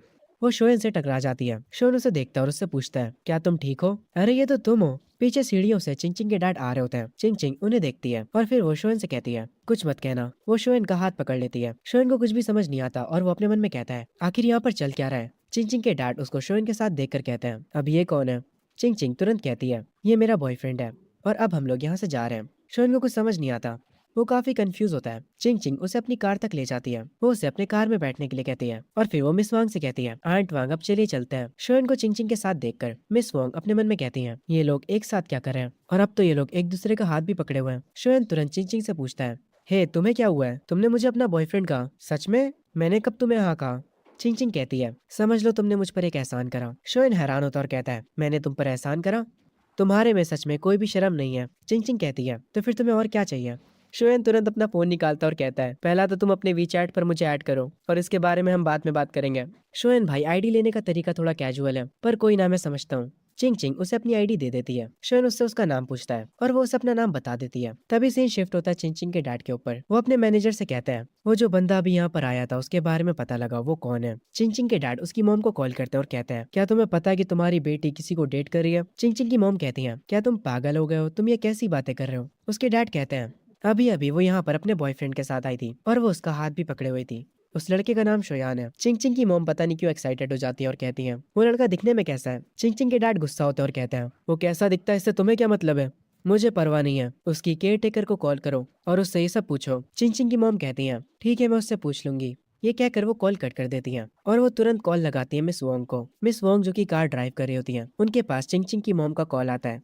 उस फोन को चिंग चिंग उठा लेती है और तुरंत स्पीकर पर कर देती है। उसकी मॉम कहती है, मिस वोंग मुझे जानना है क्या चिंग चिंग किसी को डेट कर रही है? चिंग चिंग अपनी मॉम से कहती है, हाँ मैं जिसे डेट कर रही हूँ वो मेरे साथ ही बैठा है, क्या आप उससे बात करना चाहेंगी? शोएन भी पता नहीं क्यों कहता है, हाय आंटी आप कैसी हैं? उसके बाद चिंग चिंग कॉल कट कर देती है। शोएन अपने दिल पर हाथ रखे होता और कहता है, तुमने अचानक से मुझे डरा दिया। मुझे ये मत कहना कि तुम्हारे पेरेंट्स एक साथ मिलकर मुझे मारने वाले हैं। चिंग चिंग ये सुनकर हंसती है। फिर इनकी कार एक बहुत बड़े मॉल के सामने रुकती है। चिंग चिंग कार से उतरती है और शोएन से उतरने के लिए कहती है। शोएन कहता है, मैं नहीं उतरूंगा। पर कुछ टाइम बाद वो मॉल में चिंग चिंग के साथ घूम रहा होता है। वो चिंग चिंग से पूछता है, क्या तुम्हारे पेरेंट्स की डिवोर्स हो चुकी है? चिंग चिंग ये सुनकर हैरान हो जाती है कि उसे ये सब कैसे पता चला। शोएन कहता है, मैंने बस अंदाजा लगाया था, तुम्हारे में काफी चिड़चिड़ापन है। ऐसा लगता है जैसे तुम्हें बहुत कम प्यार मिला है और जैसे तुम अपने पेरेंट्स से बात करती हो उसके हिसाब से तो ये बताना ईजी है। चिंग चिंग शोएन से कहती है, आज मेरा बर्थडे है। ये सुनने के बाद शोएन कहता है, तो तुम क्या चाहती हो? क्या मैं तुम्हारे साथ मिलकर तुम्हारे पेरेंट्स से रिवेंज लूं? चिंग चिंग कहती है, हाँ मैं यही चाहती हूँ। ये सुनने के बाद पता नहीं क्यों शोएन के चेहरे पर एक मुस्कान आ जाती है। वो चिंग चिंग से कहता है, चलो फिर चलकर मूवी देखते हैं और उसके बाद कुछ खाने चलेंगे और फिर हम बहुत सारी पिक्चर्स क्लिक करेंगे और तुम उन्हें सोशल मीडिया पे पोस्ट कर देना। उसके बाद तुम्हारे पेरेंट्स तुमसे बहुत ज़्यादा गुस्सा हो जाएंगे, पर मैं पहले ही तुम्हें बता दूं, आज की हर एक चीज़ का बिल तुम दोगी। ये सुनने के बाद चिंग चिंग मजाक में कहती है, क्या तुम में बचपन से ही शर्म नाम की चीज़ नहीं है? वो कहता है, नहीं नहीं बेशर्म तो मैं अभी हुआ हूँ। उसके बाद ये लोग मूवी देखने जाते हैं। चिंग चिंग ड्रिंक्स और पॉपकॉर्न खरीदती है और क्योंकि चिंग चिंग ने एक ही पॉपकॉर्न का बॉक्स खरीदा होता है और एक ही ड्रिंक, इसे देखकर शोएन कहता है, तुमने बस एक के लिए ही क्यों खरीदा? चिंग चिंग कहती है, मैंने ये तुम्हारे लिए खरीदा है। मैं सोडा नहीं पीती और ना ही कोई जंक फूड खाती हूँ। ये कहने के बाद चिंग चिंग सिनेमा हॉल के अंदर जाने लगती है। पीछे से शोएन कहता है, हाँ हाँ आप तो फेरी क्वीन हो ना। उसके बाद वो दोनों थिएटर में बैठकर मूवी देख रहे होते हैं और जब चिंग चिंग स्क्रीन को देखती है तब उसके दिमाग में कुछ पुरानी यादें आ जाती हैं। जब वो छोटी थी और उसके पेरेंट्स उसे पिक्चर दिखाने लाया करते थे, उसे उन अच्छे दिनों की याद आती है। चिंग चिंग काफी देर से कुछ नहीं बोल रही होती। ये देखकर शोएन उससे कहता है, हे तुम इतनी देर से कुछ बोल क्यों नहीं रही हो? तुम्हें फोटोज क्लिक नहीं करने क्या? अपने पेरेंट्स को दिखाने के लिए चिंग चिंग थोड़ी निराश लग रही होती है। उसके बाद वो अपनी जेब से अपना फोन निकालती है और स्क्रीन की पिक्चर क्लिक करने लग जाती है। शोन ये देखकर कहता है, तुम स्क्रीन की पिक्चर क्यों क्लिक कर रही हो, हमें साथ में एक फोटो लेनी होगी। वो उससे उसका फोन ले लेता है और उसके साथ एक पिक्चर क्लिक करता है। पर फोटो खींचते ही चिंग चिंग उससे दूर हो जाती है। उस फोटो को देखने के बाद शोन थोड़ा उदास होता है और कहता है, अगर तुम्हें फोटो नहीं खिंचवानी तो ठीक है, तो मत खिंचाओ। तुम इतनी दूर क्यों बैठी हो, ऐसे हम फोटो नहीं खींच पाएंगे। उसके ये कहते ही चिंग चिंग उसके थोड़े पास आ जाती है। वो ब्लश कर रही होती है। शोन उसे और पास आने के लिए कहता है और उसे स्माइल करने के लिए कहता है। और फाइनली ये लोग एक अच्छी फोटो ले लेते हैं। तभी जो मूवी ये लोग देखने आए थे वो स्टार्ट हो जाती है। जैसे ही मूवी शुरू होती है शोन सो जाता है। चिंग चिंग अपनी और शोन की पिक्चर को देखती है और फिर वो शोन को सोते हुए देखती है। और क्योंकि अब शोन सो चुका है इसीलिए वो उन दोनों की फोटोज को देखकर स्माइल कर सकती है। वो तुरंत अपना सोशल मीडिया खोलती है और उस फोटो को बिना किसी कैप्शन के पोस्ट कर देती है और अपने अकाउंट से किसी को भी हाइड नहीं करती है। उसकी मॉम जो कि अपनी बिजनेस ट्रिप पर अपने लैपटॉप पर बैठी काम कर रही होती हैं, उनके पास नोटिफिकेशन आता है कि चिंग चिंग ने कुछ पोस्ट करा है। वो तुरंत उसके पोस्ट को चेक करती हैं और वो हैरान रह जाती हैं। वो तुरंत चिंग चिंग को कॉल करती हैं पर चिंग चिंग का फोन नहीं लगता। उसकी मॉम तुरंत अपने मैनेजर से कहती हैं, मेरे वापस जाने की टिकट तुरंत बुक करो। उसके फादर भी ये फोटो देख लेते हैं। उन्हें काफी गुस्सा आता है। वो शोन के फेस पर जूम करते हैं और उसे ध्यान से देखते हैं। शोन भाई बच के रहना, फील्डिंग सेट हो सकती है तुम्हारी। चिंग चिंग के डैड काफी ज्यादा गुस्से में होते हैं और वो कहते हैं, एक सुअर मेरी बेटी को चुराने की कोशिश कर रहा है, उसको उसकी औकात दिखानी होगी। आखिर वो मेरी बेटी के साथ घूम कैसे रहा है। चिंग चिंग के डैड शोन को कॉल करते हैं। शोन जो कि थिएटर में सो रहा होता है वो अपने फोन के वाइब्रेशन से उठ जाता है। वो अपना फोन उठाता है। चिंग चिंग अपने डैड का नंबर देख लेती है। वो शोन से कहती है, कॉल को काट दो, ये मेरे डैड है। शोन अपने फोन की तरफ देखता और कहता है, उन्हें मेरा नंबर कहाँ से मिला। अरे हाँ, मुझे याद आया, वो बैंक के प्रेसिडेंट है, वो किसी का भी नंबर निकलवा सकते हैं। तभी शोन को शौक लगता है। वो कहता है, अरे हाँ, तुम्हारे डैड तो प्रेसिडेंट है। और उसके बाद वो काफी खुश हो जाता है और कहता है, शायद से अब वो मुझे अपने पास बुलाएंगे और मुझे 1 मिलियन या शायद से 10 मिलियन देकर कहेंगे, मेरी बेटी से दूर हो जाओ, मैंने ये सब मूवीज में होते देखा है। शोन की ये बात सुनकर चिंग चिंग हंसने लग जाती है और कहती है, सपने देखना बंद करो। शोन कहता है, तुम्हें क्या लगता है मैं उनसे पैसे ले लूंगा। चिंग चिंग कहती है, तो क्या तुम्हारा पैसे लेने का इरादा है। शोन कहता है, अरे यार, मिलियन तो दूर की बात है, अगर वो मुझे $1000 भी देंगे तब भी मैं दूर चला जाऊंगा। चिंग चिंग ये सुनने के बाद हल्का सा उसे मारती है। उसके बाद वो लोग थिएटर से निकल आते हैं। इन लोगों ने मूवी देख ली होती है और फोटोज भी ले लिए होते हैं। शोन कहता है, अब मैं घर जा रहा हूँ। चिंग चिंग कहती है, तुम डिनर पे नहीं चलोगे मेरे साथ। शोन कहता है, अभी तो मेरा पेट भरा है, वैसे मुझे ये बताओ तुम कौन से कॉलेज जाने वाली हो। चिंग चिंग सोच में पड़ जाती है। शोन कहता है, ठीक है, भूल जाओ मैंने कुछ पूछा, वैसे मैं शंघाई में जा रहा हूँ। चिंग चिंग कहती है, मैं वॉशरूम होकर आती हूँ। शोन वहाँ खड़ा रहकर उसका वेट करता है। वो इधर उधर देख रहा होता है। तभी उसे कुछ गेमिंग मशीन दिख जाती हैं। वो उन मशीन्स के पास जाते हुए सोच रहा होता है, मेरी पास्ट लाइफ में मैंने टैडी निकालने की कितनी कोशिश करी थी ताकि मैं मंग्याओ को इम्प्रेस कर सकूं, पर मैं बार बार फेल हो जाता था। पर जब आखिरकार मैं सक्सेस हो गया तो उसे उस टॉय से कोई फर्क ही नहीं पड़ा। शोन जो था वो यहाँ पर खड़े होकर एक टॉय को बाहर निकाल लेता है। तभी चिंग चिंग आ जाती है। शोन वो प्लशी उसे दे देता है। वो कहता है, ये तुम्हारा बर्थडे गिफ्ट है। पर फिर वो वापस ले लेता है और कहता है, ठीक है, इसे तुम मत लो। पर चिंग चिंग वो प्लशी उससे छीन लेती है और कहती है, मूवी के पैसे मैंने दिए थे और अब तुमने मुझे प्लशी दे दिया, अब हिसाब बराबर हुआ। शोएन भी कहता है, हाँ ठीक है, चलो अब यहाँ से चलते हैं। शोएन चिंग चिंग को उसकी कार में बैठा देता है और उसे बाय बोलता है। मिस वांग जो कि कार के अंदर बैठी होती है वो कहती है, तुम्हारी मॉम का मुझे कॉल आया था, वो आज रात वापस आ रही हैं और शायद से तुम्हारे डैड भी आएंगे। ये सारी बातें सुनकर चिंग चिंग काफी खुश होती है। उसने जो शोएन के साथ फोटो ली थी वो उस फोटो को अपने वॉलपेपर पर लगा लेती है। हम देखते हैं चिंग चिंग की मॉम अपने घर वापस आ चुकी होती है और वो अपने साथ एक गिफ्ट भी लाई होती है। चिंग चिंग भी अपने घर वापस आ चुकी होती है। उसकी मॉम उसके पास जाती है और कहती है, चिंग चिंग आखिर ये शोएन है कौन। चिंग चिंग कहती है, मैंने आपको कहा तो था वो मेरा बॉयफ्रेंड है, ये देखिए ये उसने मुझे गिफ्ट दिया है। उसकी मॉम कहती है, क्या हमने तुम्हें कभी किसी चीज की कमी होने दी है, तुम हमसे इतनी बदतमीजी कैसे कर सकती हो। चिंग चिंग चिल्लाते हुए कहती है, आपने सही कहा, सब मेरी ही गलती है, अगर मैं पैदा ही ना होती तो ये सब होता ही ना। ये कहकर चिंग चिंग अपने रूम में चली जाती है और अपने रूम में जाकर रोने लगती है। उसकी मॉम को ये देखकर बुरा लगता है। तभी उसके डैड आ जाते हैं और वो कहते हैं, तुमने पता करा क्या मैटर है, ये शोएन और चिंग चिंग वाला। चिंग चिंग की मॉम उसके डैड पर चिल्लाते हुए कहती हैं, ये सब तुम्हारी गलती है, तुम उसका बर्थडे भूल गए। उसके डैड कहते हैं, जरा देखो तो बोल कौन रहा है, तुमने उससे कुछ पूछा भी है। उसकी मॉम कहती है, नहीं, वो सीधी तरह से जवाब नहीं दे रही है। उसके डैड कहते हैं, तो अब हम क्या करेंगे। चिंग चिंग की मॉम कहती हैं, मैं खुद से उस शोएन नाम के लड़के को ढूंढूंगी और उससे इस बारे में बात करूंगी। सीन शिफ्ट होता है शोएन के ऊपर जो कि अपनी शॉप पर होता है और वो चैट पर चिंग चिंग से ही बात कर रहा होता है। वो उससे कह रहा होता है, मुझे अब रिग्रेट हो रहा है, मुझे तुम्हारे साथ डिनर कर लेना चाहिए था, अब मुझे काफी भूख लग रही है। चिंग चिंग भी अपने घर पर अपने पेरेंट्स के साथ डाइनिंग टेबल पर होती है। चिंग चिंग उसके मैसेज का रिप्लाई करते हुए कहती है, तुम्हारे साथ यही होना चाहिए था, अब तुम भूखे ही रहो। खैर फिर भी वो शोएन से पूछती है, अच्छा बताओ मुझे तुम क्या खाना चाहते हो। तभी शोएन को उसकी बॉस बुलाती है, पर फिर भी शोएन फोन में लगा होता है। उसकी बॉस कहती है, तुम्हारे सामने कस्टमर्स हैं, बाद में बात कर लेना। शोएन जल्दी से फोन को छोड़कर कस्टमर्स के पास जाता है। सीन शिफ्ट होता है चिंग चिंग के घर पर। उसके बर्थडे का जो केक बचा था। चिंग चिंग मिस वोंग से कहती है, आंटी वोंग आप इस केक को उस बार में पहुंचा दीजिए जहां हम गए थे। ये सुनने के बाद चिंग चिंग के पेरेंट्स कहते हैं, तुम ये केक किसके पास भेज रही हो। चिंग चिंग कहती है, शोएन के पास। ये सुनकर उसके मॉम डैड हैरान हो जाते हैं। सीन शिफ्ट होता है। आंट वांग उस केक को लेकर शोएन की शॉप पर आ जाती है। शोएन की बॉस कहती है, देखो तो जरा कौन आया है। आंट वोंग कहती है, हाँ मैं कुछ डिलीवर करने आई हूँ। शोएन कहता है, आंट वोंग आप आ गई। आंट वोंग कहती है, चिंग चिंग ने मुझसे कहा था कि मैं इस केक को तुम तक पहुंचा दूं। ये सुनने के बाद शोएन थोड़ा शॉक होता है और वो कहता है,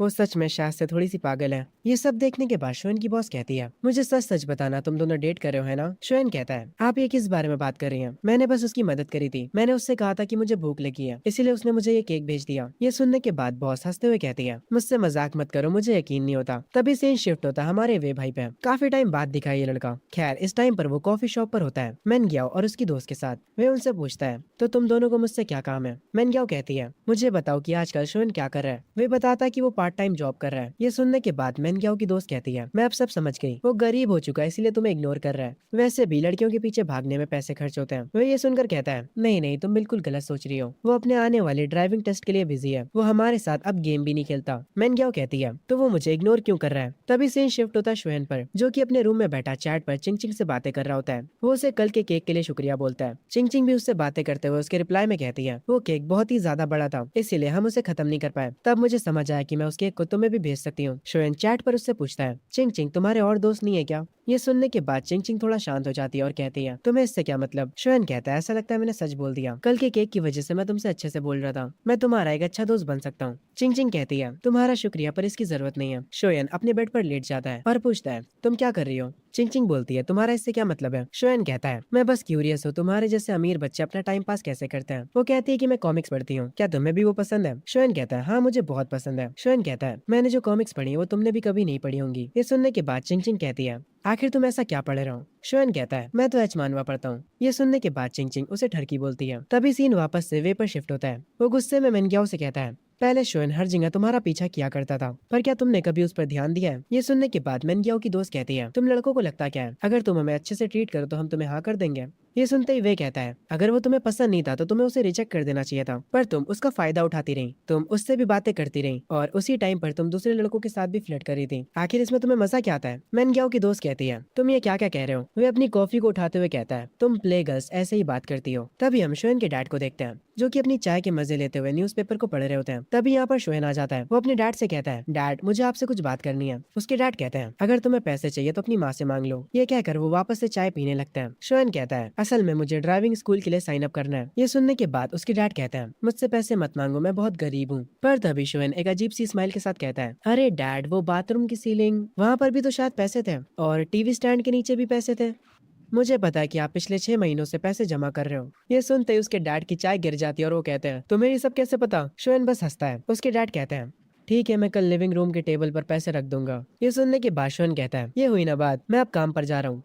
तभी वापस से सीन वे पर आता है। वो मैन ग्याओ और उसकी दोस्त से कहता है, तुम लोग पागल हो, पता नहीं किस तरह का लॉजिक इस्तेमाल कर रहे हो। मैन ग्याओ वे से कहती है, शोएन को मत बताना कि तुम मुझसे मिले थे और मुझे बताओ कि वो कहाँ पर काम करता है। वे उसकी बातों का जवाब नहीं देता और उसे इग्नोर करके यहाँ से जाने लगता है। वे अपनी ही बातों में लगा हुआ था। वो सोच रहा था, यहाँ की दूध वाली चाय अब पहले जैसी नहीं रही। मेनग्याओ की दोस्त मेनग्याओ से कहती है, तुम ज्यादा सोचना बंद करो, कॉलेज में और भी क्यूट क्यूट लड़के मिलेंगे। शोएन को तुम्हें खोने के बाद पछतावा जरूर होगा। मेनग्याओ कहती है, मैं बस ये जानना चाहती हूँ कि वो अचानक से क्यों बदल गया। तभी सीन शिफ्ट होता है चिंग चिंग की मॉम के ऊपर, जो कि शोएन के बार के सामने पहुंच चुकी होती है। वो आंट वांग को कॉल करती है और कहती है, मैं उस लड़के के बार के पास आ चुकी हूँ, अगर चिंग चिंग बाहर निकले तो मुझे तुरंत बता देना। ये कहकर वो फोन रख देती हैं। वो उस बार के अंदर जाने लगती हैं। वो बार के अंदर जाते ही बॉस को और एक वेट्रेस को देखती है और उस बार के अंदर सिर्फ एक ही लड़का होता है जो कि काम कर रहा होता है। उस लड़के को तुरंत देखते ही चिंग चिंग की मॉम समझ जाती है कि यही लड़का उनकी लड़की का बॉयफ्रेंड है। उसकी मॉम उससे जाकर कहती है, तुम्हारा नाम शोएन है ना। शोएन कहता है, हाँ वो मेरा ही नाम है, पर आप कौन है।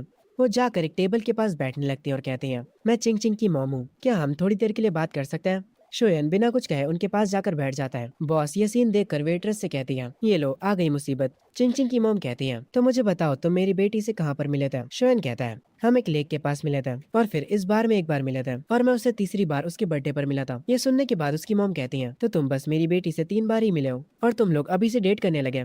ये सुनने के बाद शोयन कहता है, आंटी आप अपनी खुद की बेटी को नहीं जानती क्या? क्या उसकी पर्सनैलिटी ऐसी है कि एक लड़के से 3 बार मिलने के बाद वो उसे डेट करने लगेगी? चिंग चिंग की मॉम शोयन को देखने लगती है। उनकी आंखें सरप्राइज से भरी होती हैं। शोयन उनसे काफी अच्छे से बात कर रहा होता है। खैर तभी अचानक से चिंग चिंग की मॉम कहती हैं, मुझे बताओ तुम कौन से कॉलेज में जाना चाहते हो? शोयन कहता है, मैं शंघाई में जाना चाहता हूँ, जो कि स्कूल ऑफ फाइनेंस है। ये सुनने के बाद चिंग चिंग की मॉम कहती हैं, तुम एक आम लड़के हो, तुम्हारे लिए फाइनेंस चुनना एक स्मार्ट चॉइस नहीं है। ये सुनने के बाद शोयन कहता है, मेरा गोल है बहुत अमीर बनने का। ये सुनने के बाद चिंग चिंग की मॉम के चेहरे पर एक अजीब सी स्माइल आती है और वो अपने मन में कहती है, इसकी हाइट भी अच्छी है और इसका फेस भी और इसकी पर्सनैलिटी भी। अगर ये सच में अपने सपनों को पूरा कर लेता है तो शायद से मैं हाँ कर दूं। खैर आगे वो शोयन से कहती हैं, मैं यहाँ पर तुम्हें ब्लेम करने नहीं आई थी।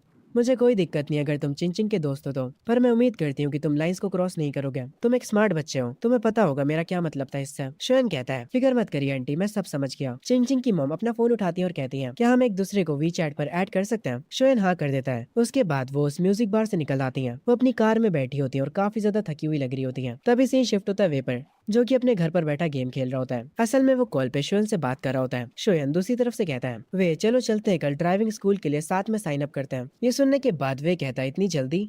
शोयन कहता है, जितनी जल्दी हम ये कर लेंगे उतनी ज्यादा हमारी टेंशन कम होगी। वे कहता है, ठीक है मैं अपने पेरेंट्स से पूछकर बताता हूँ। तभी सीन शिफ्ट होता है चिंग चिंग के घर पर। वो कुछ खा रही होती है, तभी उसकी मॉम आती है। वो अपनी बेटी से ऐसे ही कुछ बातें करती हैं। फिर आगे वो उससे पूछती हैं, तो तुम्हें कौन से कॉलेज जाना तुमने चूज करा? चिंग चिंग कहती है, मैं शंघाई में जा रही हूँ। ये सुनने के बाद उसकी मॉम अपने मन में कहती हैं, ये तो वही कॉलेज है जिसमें वो लड़का शोयन जा रहा है। वो अपनी बेटी से दोबारा पूछती हैं, क्या तुमने सच में डिसाइड कर लिया है? चिंग चिंग बालकनी की ओर जाते हुए कहती है, हाँ मैंने डिसाइड कर लिया है। हम वे को देखते हैं जिसको लेने के लिए शोयन आया होता है अपनी स्कूटी पर। वे उससे कहता है, तुम कुछ ज्यादा ही जल्दी नहीं आ गए? जल्दी पीछे बैठ जा, हमें चलना भी है। वे बताता है कि उसके डैड ने उसे 2800 युआन दिए हैं। शोयन बताता है, मेरे डैड ने मुझे 3500 दिए हैं। तेरे और मेरे पैसे मिलाकर 700 तो हो ही जाएंगे। ये हमारा पहला स्टेप होने वाला है मिलियनर बनने की ओर। वो लोग हंसते हुए जा रहे होते हैं। आगे ये लोग ड्राइविंग स्कूल पहुंच जाते हैं। वहाँ का कोच कोल्ड ड्रिंक पी रहा होता है। वो उन दोनों से कहता है, पहले जाओ और रास्ते की फील लेकर आओ। वे पहले गाड़ी में बैठता है और टेस्ट देने के लिए रेडी हो जाता है। शोयन पीछे वाली सीट पर बैठा होता है। वे कार ऑन करते हुए बोलता है, हे शोयन तू ट्राई करना नहीं चाहेगा? शोयन कहता है, नहीं मेरे लिए ड्राइव करना इजी है। ये सुनने के बाद कोच कहता है, बच्चे चीजों को देखना और उन्हें खुद से ट्राई करना अलग होता है। ये सुनने के बाद शोयन कहता है, अंकल क्या आपने लॉन्च कंट्रोल और ड्रिफ्टिंग के बारे में सुना है? ये सुनने के बाद वे और वो कोच दोनों ही हैरान हो जाते हैं। कोच हंसते हुए कहता है, बच्चे बकवास बंद करो और हमें दिखाओ अगर तुम ये सच में कर सकते हो तो। वो कोच कहता है, ये लो चाबी और ट्राई करना चाहोगे? शोयन कहता है, हाँ क्यों नहीं, चलो वे ड्राइवर की सीट से उतरो, मुझे ट्राई करने दो। शोयन ड्राइविंग सीट पर आकर बैठ जाता है। वे काफी चिंता में होता और कहता है, शोयन क्या तुम सच में ये कर लोगे? तुम हमें ठोक तो नहीं दोगे ना कहीं? शोयन कहता है, रिलैक्स कर यार, तुझे पता तो है मैं अपनी जान जोखिम में नहीं डालता मजे के लिए। चलो अंकल अब मैं तुम्हें दिखाता हूँ लॉन्च कंट्रोल। वो कोच कहता है, अगर तुमने रिवर्स में पार्किंग कर ली तो तुम यहाँ पर आकर कभी भी प्रैक्टिस कर सकते हो। शोयन कार को ऑन करता है और एक ही ट्राई में रिवर्स पार्किंग कर लेता है, जिसे देखकर वो कोच हैरान रह जाता है और वे भी। वो उससे कहता है, शोयन क्या तुम छुप छुप कर कार चलाना सीख रहे थे? शोयन कहता है, नहीं यार मुझ में बस नेचुरल टैलेंट है। ये कहकर वो दोनों टेस्ट देकर बाहर आ जाते हैं। वे अभी तक हैरान होता और कहता है, तुमने साइन अप करते ही रिवर्स पार्किंग कर ली, तुम कमाल के हो यार। अगर तुम पास हो गए और मैं फेल हो गया तो ये काफी शर्म की बात होगी। शोयन कहता है, अरे नहीं यार तुम भी पास हो जाओगे और फिक्र मत करो, तुम्हें और भी मौके मिलेंगे मेरे सामने एम्बेरस होने के। तभी शोयन को किसी को कॉल आता है। वो कॉल को उठाता है और कहता है, कौन बोल रहा है? और वो कॉल असल में चिंग चिंग के फादर का होता है। शोयन उनसे कहता है, अंकल मेरी पहले ही चिंग चिंग की मदर से बात हो चुकी है, क्या आपको किसी और चीज के बारे में बात करनी है? तभी चिंग चिंग के फादर कहते हैं, क्या तुम आज शाम फ्री हो? मुझे तुमसे कुछ बात करनी है, मुझे बस अपना एड्रेस भेज दो, मैं तुम्हें लेने के लिए एक ड्राइवर को भेज दूंगा। शोयन उन्हें बता देता है कि वो ड्राइविंग स्कूल में अभी, और ये कहकर वो फोन रख देता है। वे उससे आकर पूछता है, किसका फोन था भाई? शोयन कहता है, अरे मेरे होने वाले ससुर जी का। ये सुनते ही वे हैरान हो जाता है और कहता है, तुम सच में उस लड़की को डेट कर रहे हो? शोयन वे से कहता है, यार तुम खुद से ही घर चले जाना, असल में मुझे कहीं और जाना है। सीन शिफ्ट होता है चिंग चिंग के फादर के ऑफिस में। शोयन वहाँ पर आया होता है। वो शोयन से बैठने के लिए कहते हैं। शोयन कहता है, अंकल चैन मेरे और आपकी बेटी के बीच क्या चल रहा है? मैं वो सारी चीजें उसकी मॉम को समझा चुका हूँ। चिंग चिंग के डैड कहते हैं, मेरी बेटी ने डिसाइड करा कि वो शंघाई म्यूजिक एकेडमी जाना चाहती है। मैं चाहता हूँ कि तुम अलग कॉलेज को चूज करो, पर इस बात पर शोयन मना कर देता है। चिंग चिंग के डैड कहते हैं, इतनी जल्दी ना मत बोलो, अगर तुम मेरी बात मान लेते हो तो जब तुम ग्रेजुएट हो गए तो मैं एक अच्छी सी जॉब तुम्हारे लिए तैयार रखूंगा। शोयन को ये सुनकर थोड़ा गुस्सा आता और वो उठकर कहता है, बस बस क्योंकि मैं उस कॉलेज में जा रहा हूँ जिसमें आपकी बेटी जा रही है। आप चाहते हो कि मैं अपना कॉलेज बदल लूं? अंकल चेन, क्या आप मुझे नीचा दिखा रहे हैं? आपकी बेटी और मेरे बीच कुछ भी नहीं है। हमारी तो जल्दी एक दूसरे से बात होना भी बंद हो जाएगी। पहले मैं हमेशा उस तरह जीता था जैसे लोग कहते थे, पर अब मैं एक अलग जिंदगी जीना चाहता हूँ। अब अगर कोई मुझे कोई काम करने को मना करता है तो मेरा उस काम को करने का और मन करता है। ये कहकर शोएन जाने लगता है। वो जाते जाते कहता है, आप जब भी लोगों से बात करते हो तो क्या आप खुद को उनसे अपर लेवल का समझते हो, या तो सिर्फ ये तब होता है जब आप मेरे जैसे किसी से बात कर रहे हो। ये कहने के बाद शोएन यहाँ से चला जाता है। अंकल चेन सोच में पड़ जाते हैं। वो तुरंत चिंग चिंग की मॉम को कॉल करते हैं और उनसे कहते हैं, मैंने उस लड़के से बात करी और मुझे ऐसा लगता है कि मैंने चीजों को और खराब कर दिया। चिंग चिंग की मॉम उनसे कहती है, मैंने पहले ही कहा था, वो आम लोगों जैसा नहीं है। तुम मुझसे खुद से बात करना चाहते थे, है ना? और अब तुमने कर ली और देखो क्या हो गया। अब तुम अपनी बेटी से क्या कहोगे? ये कहकर वो कॉल काट देती हैं। चिंग चिंग अपने घर पर बैठी गिटार बजा रही होती है। तभी उसके फोन पर शोन का मैसेज आता है और उस मैसेज में वो कहता है, क्या तुम आज बार में आओगी? मेरा आज गिटार बजाने का मन कर रहा है। चिंग चिंग कहती है, मुझे टाइम बताओ। शोएन कहता है, मैं म्यूजिक बार में 11 बजे तक रहूंगा। अगर तुम आती हो तो मैं ओरिजिनल सॉन्ग बजाऊंगा तुम्हारे लिए। ये सुनते ही चिंग चिंग थोड़ा हैरान होती है। वो अपने मन में कह रही होती है, ओरिजिनल सॉन्ग? उसके बाद वो उसके मैसेज का रिप्लाई करते हुए कहती है, ठीक है मैं आऊंगी। शोएन कहता है, ठीक है मैं तुम्हारा इंतजार करूंगा। चिंग चिंग काफी खुश लग रही होती है। तभी से ही शिफ्ट होता है बार में। चिंग चिंग अपने गिटार के साथ वहां आ जाती है। शोयन उसे देखने के बाद कहता है, तो तुम आ गई, जहां मन चाहे बैठ जाओ। मैं तुम्हारे लिए पानी लेकर आता हूँ और फिक्र मत करो, इस बार मैं तुम्हारे कप से पानी नहीं पीऊंगा। ये सुनने के बाद चिंग चिंग ब्लश करने लगती है। आगे वो उसे पानी लाकर देता है और उसके सामने बैठकर कहता है, चिंग चिंग पहले तो मैं तुमसे माफी मांगना चाहूंगा। मेरी तुम्हारे डैड से बात हुई थी आज शाम में। उन्होंने कुछ ऐसी चीजें कही थी जिससे मुझे काफी गुस्सा आया था। मैंने तुम्हें आज इनवाइट इसलिए किया ताकि मैं उन्हें गुस्सा दिला सकूं। ये सुनने के बाद चिंग चिंग कहती है, कोई ना, मुझे बुरा नहीं लगा। मैं जानती हूँ उन्होंने क्या कहा होगा। उसके बाद चिंग चिंग कहती है, तुमने कहा था कि तुम एक ओरिजिनल सॉन्ग प्ले करोगे मेरे लिए। शोएन उठता है और हंसता है और उससे गिटार मांगता है। तभी यहाँ पर चिंग चिंग की मॉम आ जाती हैं। वो इधर उधर देखने लगती हैं। शोएन जाकर स्टेज पर बैठ जाता है और सबसे कहता है, मैं अब एक ओरिजिनल सॉन्ग गाने जा रहा हूँ। ये गाना होने वाला है, अगर एक दिन मैं रिच बन गया तो। चिंग चिंग की मॉम उसके पास आकर बैठ जाती हैं। ये सुनने के बाद चिंग चिंग हंसती है। उसके बाद शोएन गाना शुरू करता है। वो उस जगह पर सबका ध्यान अपनी तरफ खींच लेता है। सारे कस्टमर्स को वो गाना सुनकर अच्छा लग रहा होता है। उस म्यूजिक बार में हर कोई एंजॉय कर रहा होता है। शोयन भी अपने सारे इमोशंस के साथ गाना गा रहा होता है। हर किसी की नजरें उसकी तरफ होती हैं। शोयन गाना खत्म करके चिंग चिंग और उसकी मॉम के पास आते हुए कहता है, देखा, मैंने आप लोगों से पहले ही कहा था कि मैं एक जीनियस हूँ। चिंग चिंग उसकी तारीफ करते हुए कहती है, हाँ तुमने सही कहा, तुम्हारा वो ओरिजिनल गाना काफी अच्छा था। चिंग चिंग की मॉम कहती है, मैं इसके डैड की तरफ से तुमसे माफी मांगती हूँ। शोयन कहता है, कोई बात नहीं, अगर उनकी जगह मैं होता तो मैं भी उनके ही जैसा कुछ करता। वो चिंग चिंग की मॉम को भी पानी देता है और कहता है, मुझे बस उनके बात करने का रवैया पसंद नहीं आया। वो ऐसे एक्ट करते जैसे वही सबसे ऊपर है, पर सोने के बाद मैं सब कुछ भूल जाऊंगा। चिंग चिंग की मॉम शोएन से उसके सपने और उसके गोल्स के बारे में पूछती हैं। शोएन एक्साइटेड होकर कहता है, बहुत सारे, मतलब बहुत सारे, मेरा मतलब है बहुत सारे पैसे कमाना। ये सुनने के बाद चिंग चिंग की मॉम कहती हैं, बहुत सारे से तुम्हारा क्या मतलब है, तुम कितने पैसे कमाना चाहते हो? शोएन कहता है, इतने पैसे कि आपके जो एक्स हस्बैंड है उन्हें मुझसे कोई दिक्कत ना हो। उसकी मॉम कहती है, क्या पैसे तुम्हारे लिए इतने मैटर करते हैं? शोएन कहता है,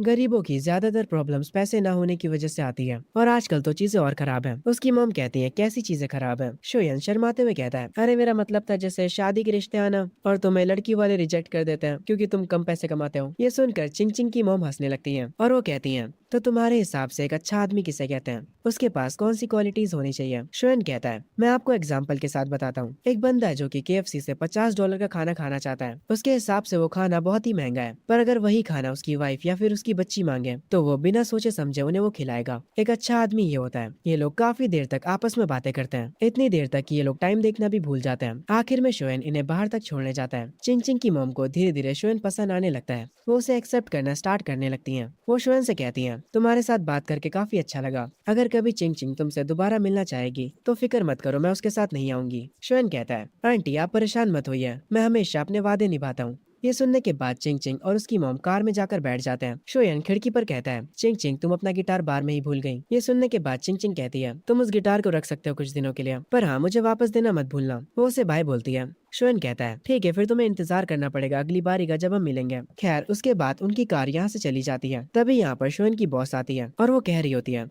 लगता है ये एक रोम कॉम की शुरुआत है। शोएन उनकी तरफ देखता है। बॉस हंसते हुए कहती है, तुम अपनी सासू माँ से 2 बार मिल चुके हो और अभी भी नाटक कर रहे हो। आखिर ऐसा कैसे हो सकता है कि तुम्हें इतनी प्यारी चिंग चिंग पसंद नहीं? ये सुनने के बाद शोएन कहता है, अगर आप खूबसूरती को प्रायोरिटी बनाकर ये सब चीजें कह रही हैं तो ऐसे तो मैं आपको भी पसंद करता हूँ। ये सुनने के बाद बॉस हंसने लगती है और कहती है, जाओ अपना गिटार पकड़ो और अंदर जाकर गाना गाँव। सीन शिफ्ट होता है ड्राइविंग टेस्ट पर। वे गाड़ी चलाना सीख ही नहीं पा रहा होता। वो गाड़ी को इधर उधर घुमा रहा होता है। कोच भी उस पे काफी गुस्सा करता है। आखिर में वो गाड़ी से उतर जाता और कहता है, मुझे काफी अनोइंग लग रहा है, मैं कभी दोबारा तेरे साथ ड्राइविंग सीखने नहीं आऊंगा। मेरा सारा मोटिवेशन तेल लेने चला गया। शोएन कहता है, अरे यार तुम कितने बेकार हो इस चीज में। तभी वे शोएन से पूछता है, अच्छा मुझे बताओ तुम्हारी गर्लफ्रेंड कैसी दिखती है। शोएन कहता है, वो बहुत ही ज्यादा खूबसूरत है। दोनों ऐसे ही बातें करने लगते हैं। उसके बाद शोएन अपनी जॉब पर आ जाता है। वो वहाँ पर अपना फोन निकालता है। वहाँ पर वो ग्रुप चैट चेक करता है जिसमें स्कूल का एक स्टूडेंट कह रहा होता है, ऐसा लगता है कि शोएन का टेस्ट भी काफी अच्छा गया है, पर क्या वो इंग्लिश में पास हो पाएगा। अगर कोई कॉलेज उसे लेता है तो मैं लाइव स्ट्रीम पर आकर टट्टी खाऊंगा। सब लोग बेसिकली शोएन का मजाक उड़ा रहे होते हैं,